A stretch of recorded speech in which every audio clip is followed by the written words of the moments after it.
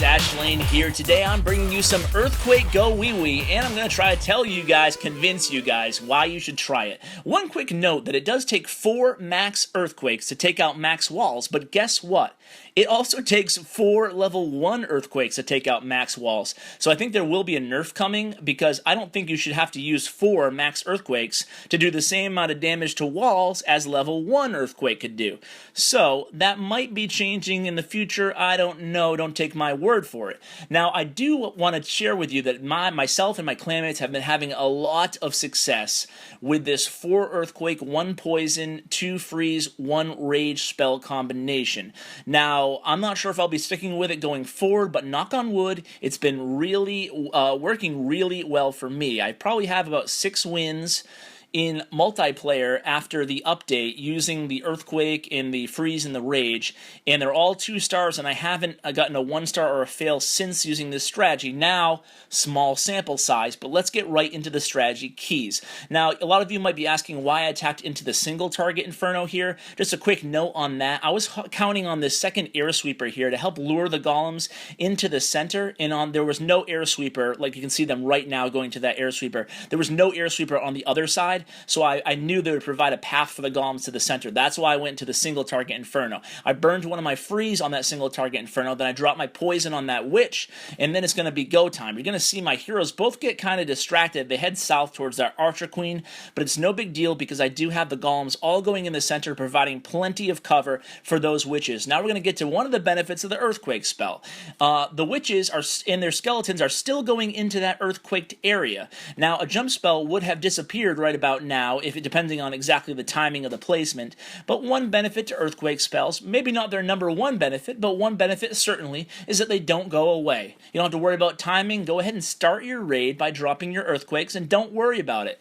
Another benefit that you're going to see better in the next replays is that it creates a little bit wider of an alley than the jump spell does. So it takes out more walls. And you're going to, like I said, you're going to see that perfectly in the next replay, where a jump spell wouldn't have opened up as many areas, compartments, as this earthquake will in the next replay.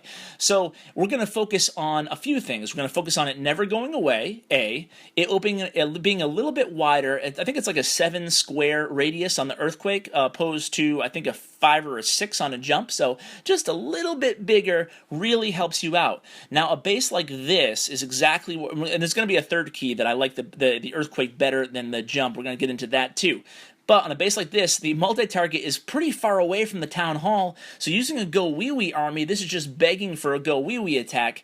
I wouldn't have the multi-inferno tower that far away from the town hall. So Razorback's going to attack from the southwest here, and this is what I wanted you guys to note. A jump spell placed on that inferno tower, the single target, kind of where Razorback placed those earthquake spells, would never actually open up that clan castle compartment. So just a few more larger of a range, square radius, I should say, of that earthquake really benefits your troops and helps them get a little bit further, where especially in a clumpy type base, a really consolidated wall base like this, it really benefits the troop. Now, the last key that I think really helps, and it's really underrated with earthquake spells, is that with a jump spell, when you drop it, now picture a jump dropped, and picture what your troops do. What do they do when they see that jump? Well, they head towards it, most likely, A.